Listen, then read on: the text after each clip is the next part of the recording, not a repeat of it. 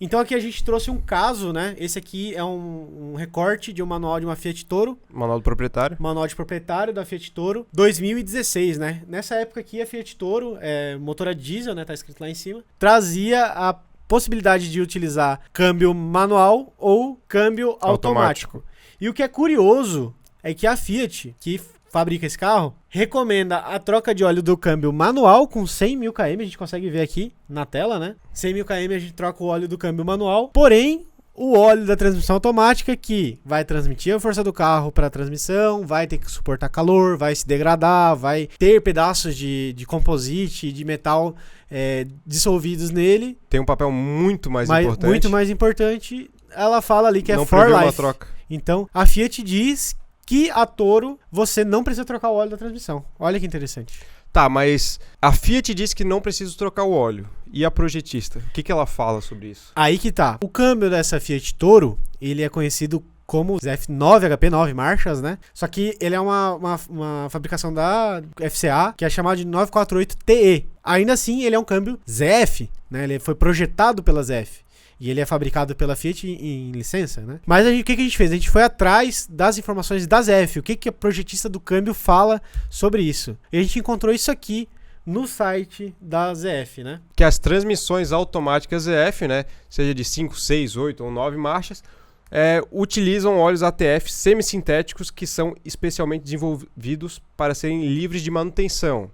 Até aí, ok. Então ela foi desenvolvida para não precisar trocar óleo. Porém, pode-se considerar que tais transmissões são livres de manutenção se utilizadas para condições normais de operação, o que é praticamente impossível. Lembrando, pessoal, que a condição normal de uso é o tiozinho que pega o carro e ele usa o carro para viajar, né? Só para viagem. Ele pega o carro, vai andar na estrada de boinha, não reboca nada, não reboca uma lancha, né? Não reboca um jet ski, não utiliza a caçamba, por exemplo, da Fiat Toro para levar carga. Então, ele vai ser o cara que ele usa o carro em condições, eu não vou nem falar de normais, vou falar quase que ideais de uso.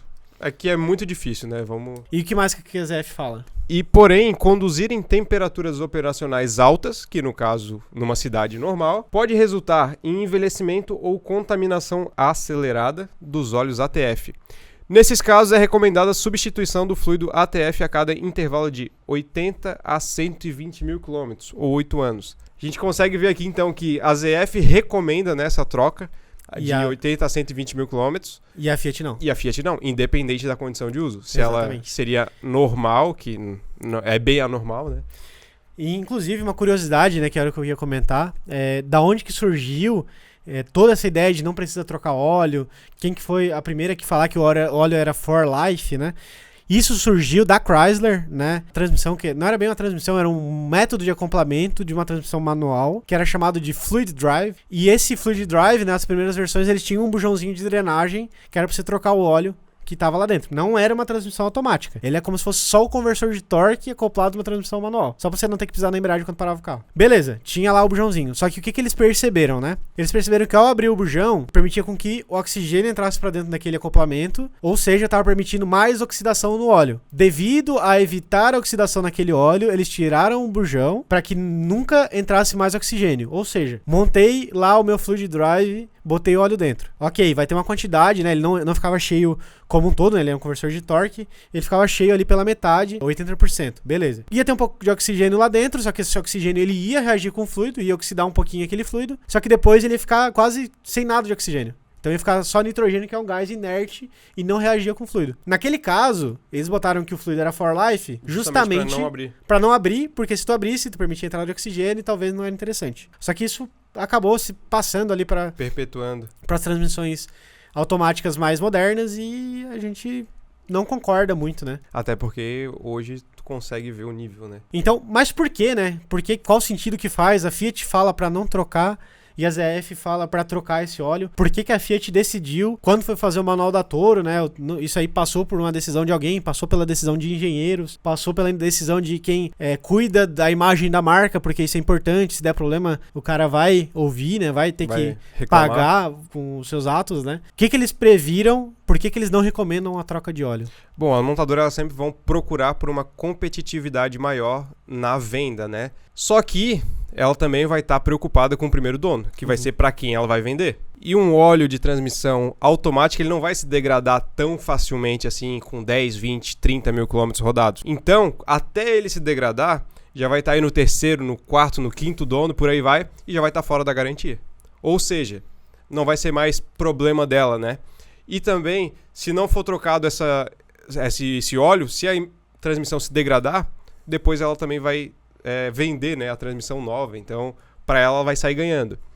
Além do que, é um processo que envolve aí uma mão de obra muito qualificada, né? Então, para as concessionárias, seja de grande capital, seja lá do interior... Às vezes a concessionária do interior tem uma oficina, mas uma oficina menorzinha, né? Tem de menos carros, tem menos equipamentos. Sim, e não vai ter essa mão de obra qualificada, né? Porque, devido também à dúvida ali do nosso querido colega, a gente tem etapas, né? A gente tem um procedimento para saber se vai ser trocado aquele óleo, se não vai ser trocado, que a gente vai estar falando futuramente também. A gente tem uma tabela aí de revisão, né? Pode passar? Bom, aqui a gente consegue ver, esses veículos eles ocupam mais ou menos o mesmo patamar, né? Eles são competitivos entre si. Os valores de revisão são bem parecidos. Por que eles são bem parecidos? É justamente por aquela competitividade no mercado, né? Imagina ter que colocar troca de óleo num Onix, por exemplo, com 60 mil quilômetros rodados. Supor aí R$2.000 a mais. Ia ficar muito disparelho essa soma das revisões, né? Exatamente, ia sair muito fora do padrão, né? Sempre que eles estão fazendo o plano de revisão do carro, até algo que já foi abordado aqui em outras lives da Doutorie, né? Quando a montadora ela tá fazendo o plano de revisões do carro, ela não tá pensando apenas em segurança e durabilidade daquele carro. Ela quer fazer um meio termo ali entre durabilidade, custo-benefício para o proprietário, para não ficar uma manutenção muito cara, né? Isso é muito diferente, por exemplo, de manutenção de aeronave. A aeronave você prevê apenas durabilidade, não pode dar problema. A montadora já não é bem assim. É aí que tá o X da questão, é aí que tá a diferença, e é por isso que a montadora muitas vezes não prevê a troca. Originalmente falando, em manual de proprietário e recomendação de montadora, a GM, inclusive, é das únicas desses 4 aqui, né? A gente tá exemplificando o Argo, o Polo, o Onix e 208. A GM, né, no Onix, ela é a única que prevê alguma troca, né? Ela fala que se o carro for utilizado em condições severas de uso, se você deveria trocar com 80 mil km. Nós da Doutorie não concordamos e a gente recomenda a troca desse fluido antes de 80 mil km, mesmo em condições normais de uso. Então, para esse câmbio realmente se perpetuar, durar ali até seus 220 mil km, 300 que seja, a gente prevê uma troca até antecipada com relação à montadora, beleza? Então vou entrar aqui no ano de 2022, né? Chevrolet, Onix.